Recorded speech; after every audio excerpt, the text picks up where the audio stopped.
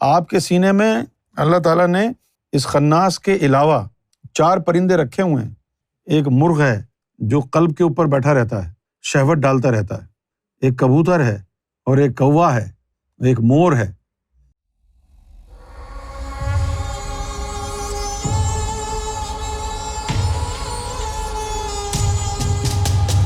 ویسے انسان کے جسم میں صرف لطیفہ نفس نہیں ہے جو برائی کا عمل کرتا ہے، خصوصی طور پر وسوسوں کے لیے اللہ تعالیٰ نے ایک چھوٹا سا باطن میں ہاتھی نما ایک جانور، وہ انسان کے دل کے نیچے 2 انچ کے فاصلے پر نیچے یہاں وہ ہوتا ہے، اور اس کا جو ٹرنک ہے وہ انسان کے دل پہ ہوتا ہے، اور وہاں سے وسوسے اس کے ذریعے دل کے اندر آتے ہیں۔ تو اب وہ وسوسے نفس کی طرف سے تو نہیں آتے، وہ وسوسے آتے ہیں اس ہاتھی کی طرف سے جس کو قرآن نے خناس کہا ہے۔ قل اعوذ برب الناس ملک الناس الہ الناس من شر الوسواس الخناس، کہ یہ جو ہے خناس کہ جو وسوسوں کا شر ہے۔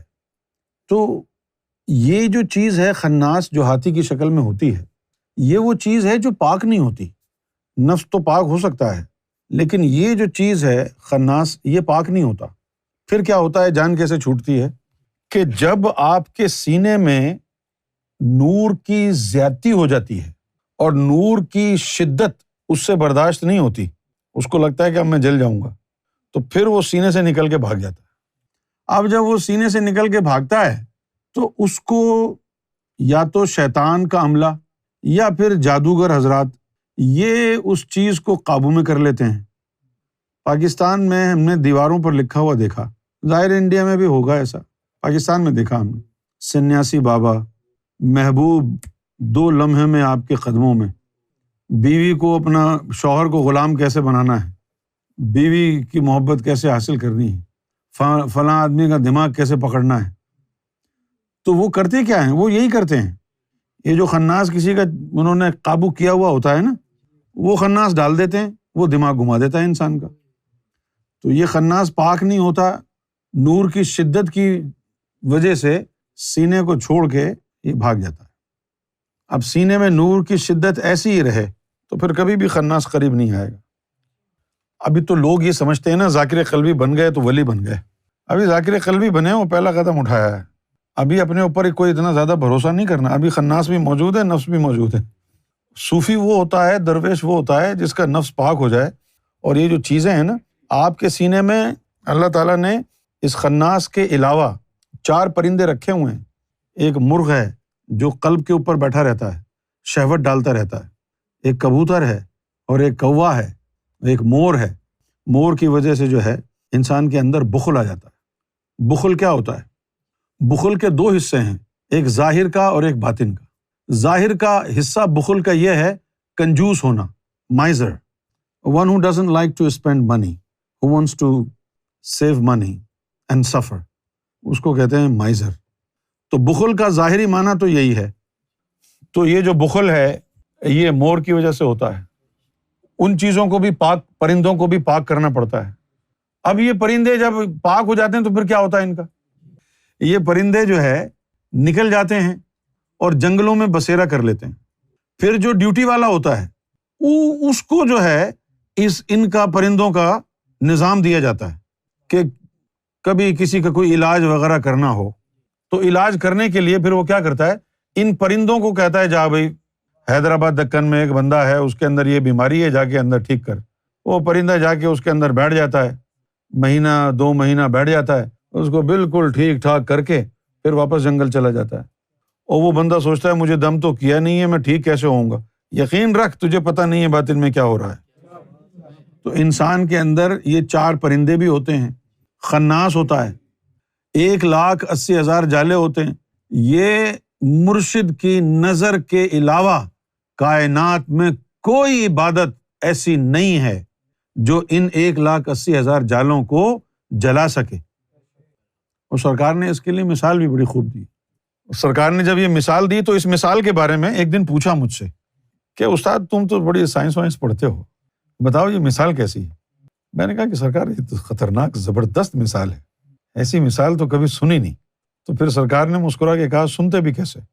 یہ وہ مثالیں ہیں جو حضور پاک نے تعلیم ہم کو سکھائی تھی، یہ وہ تعلیم ہے جو حضور نے ہم کو سکھائی۔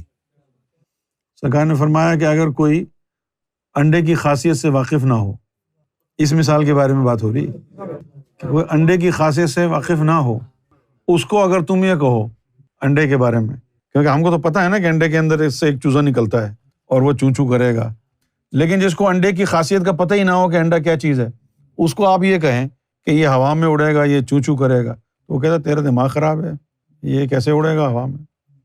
پھر فرمایا کہ یہ جو انڈا ہے نا، یہ اللہ تعالیٰ نے انڈا جو بنایا، مرغی جو بنائی، یہ تمہارے لیے سبق کے لیے، عبرت کے لیے بنایا، اور کوئی مقصد نہیں تھا اس کا، صرف عبرت کے لیے بنایا۔ اچھا، اب سرکار فرماتے ہیں اسی طرح کا انڈا تیرے اندر بھی ہے، اس کو بیضۂ ناسوتی کہتے ہیں۔ فرمایا کہ یہ جو مرغی کا انڈا ہے، اس کے اوپر 3 جالیں ہیں، 3 پرت ہوتی ہیں۔ آپ نے دیکھا ہوگا نا کہ جب اس کو ابال لیتے ہیں، یوں کرتے ہیں، تو ایک تو ہارڈ کور ہوتا ہے اس کا، اس کے بعد ایک موٹی جھلی ہوتی ہے، پھر اس کے بعد ایک پتلی جھلی ہوتی ہے۔ تو فرمایا کہ 3 اس کے اوپر لیئر ہوتی ہیں، اور وہ جو بیضۂ ناسوتی ہے انسان کے اندر انڈا ہے، اس کے اوپر 1,80,000 جالیں ہیں۔ اس انڈے میں سے، مرغی کے انڈے میں سے چوزا نکالنے کے لیے مرغی کی ضرورت ہے، اور اس بیضۂ ناسوتی میں سے فرشتہ نکالنے کے لیے مرشد کی ضرورت ہے۔ اس انڈے میں ایک چوزا بند ہے اور اس انڈے میں ایک فرشتہ بند ہے، اس کو نکالنے کے لیے مرغی چاہیے، اس کو نکالنے کے لیے مرشد چاہیے۔ مرغی کیا کرے گی کہ اس کو گرمی پہنچائے گی جس سے وہ پردے اس کے پھٹ جائیں گے۔ مرشد کیا کرے گا؟ وہ تیرے سینے کے حساب سے تجھے نور کی گرمی پہنچائے گا نا۔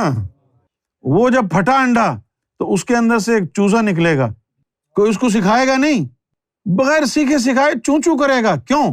کہ چوں چوں اس کی فطرت ہے۔ اسی طرح اس کے اندر ایک فرشتہ بند ہے، وہ نکلے گا باہر، بغیر سیکھے سکھائے اللہ کرے گا، کیونکہ اللہ اس کی فطرت ہے۔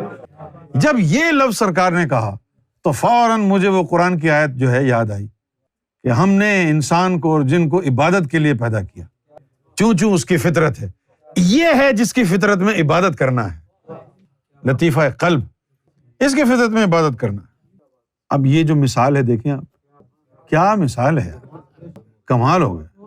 یہ ہے فیضان مصطفیٰ، یہ ہے تعلیمات محمد صلی اللہ علیہ وسلم جو ایکسکلوسیولی آئی ہیں بر زبان سیدنا گوہر شاہی۔ اس سے پہلے سنی آپ تعلیم حضور کی، لیکن پہلے نہیں سنی آپ نے، یہ زبان گوہر شاہی کے لیے مختص ہے۔ پھر نفس بھی پاک ہو جائے، وہ خناس بھی بھاگ جائے، یہ پرندے بھی پاک ہو جائیں، انسان پھر آرام سے سکون میں آ جاتا ہے۔ کوئی کہتا ہے جی وہ بڑا برا ہے، وہ کہتا ہے کہ جی وہ بہت برا آدمی ہے، وہ اٹھ کے چلا جاتا ہے، وہ سنتا ہی نہیں ہے کسی کی بات۔ مجھے کیا لینا ہے؟ اللہ تعالیٰ نے یوم محشر رکھا ہے نا برے کو اور اچھے کو سزا اور جزا دینے کے لیے، مجھے کیوں بتا رہے ہو؟ وہ نہیں سنتا کسی کی باتوں میں۔ اور تم بھی جان لو، تم بھی اگر اس روحانی لائن میں ترقی کرنا چاہتے ہو، اپنی زبان کو تالا لگا لو، باتیں کرنا بند کر دو۔ وہ برابر میں کھڑا کوئی کیا کر رہا ہے، اس نے کیا کیا، وہ کہاں جا رہا ہے، یہ تمام چیزیں چھوڑ دو۔ اس کا کوئی فائدہ ہے؟ صرف نقصان ہے۔ کسی کی ٹو میں نہ لگو، کسی کی جاسوسی نہیں کرو، وہ کہاں جا رہا ہے کہاں نہیں جا رہا ہے بھاڑ میں جائے، آپ اپنے مگن رہو۔ ہاں، اگر تمہارا کوئی دوست ہے، کوئی رشتہ دار ہے، غلط جگہ جا رہا ہے، غلط کام کر رہا ہے، تنہائی میں بٹھا کے اس کو پیار سے سمجھاؤ کہ میرے بھائی ایسی جگہ مت جا، ایسا کام مت کر، غلط ہے بس۔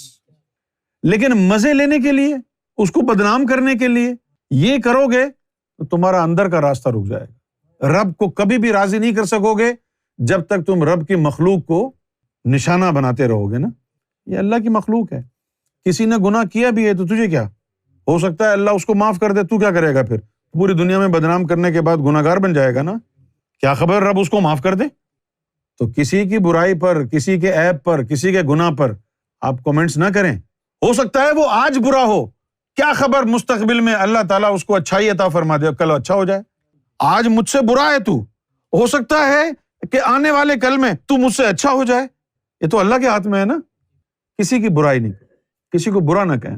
ہاں معلوم ہے کہ کوئی بہت سے لوگ ہیں جو برائی کرتے ہیں، نہ کہیں۔ حضور نے یہی فرمایا ابو بکر صدیق، سنی ہے نا اپنے حدیث کہ اے ابو بکر، اگر تو مجھے 2 چیزوں کی گارنٹی دے دے تو میں تجھے جنت کی گارنٹی دے دیتا.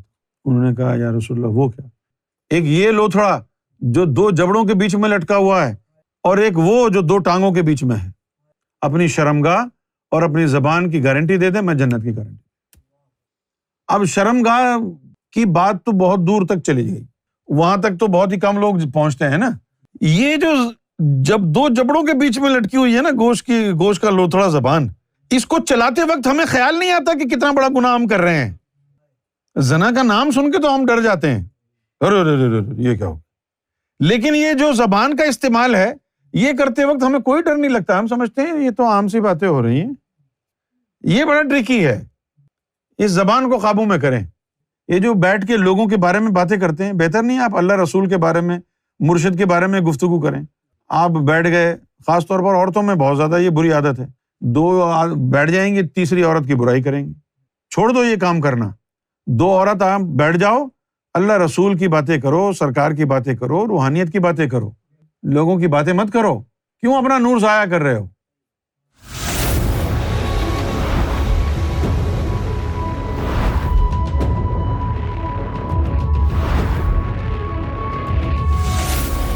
Amra TV, the place to connect with God.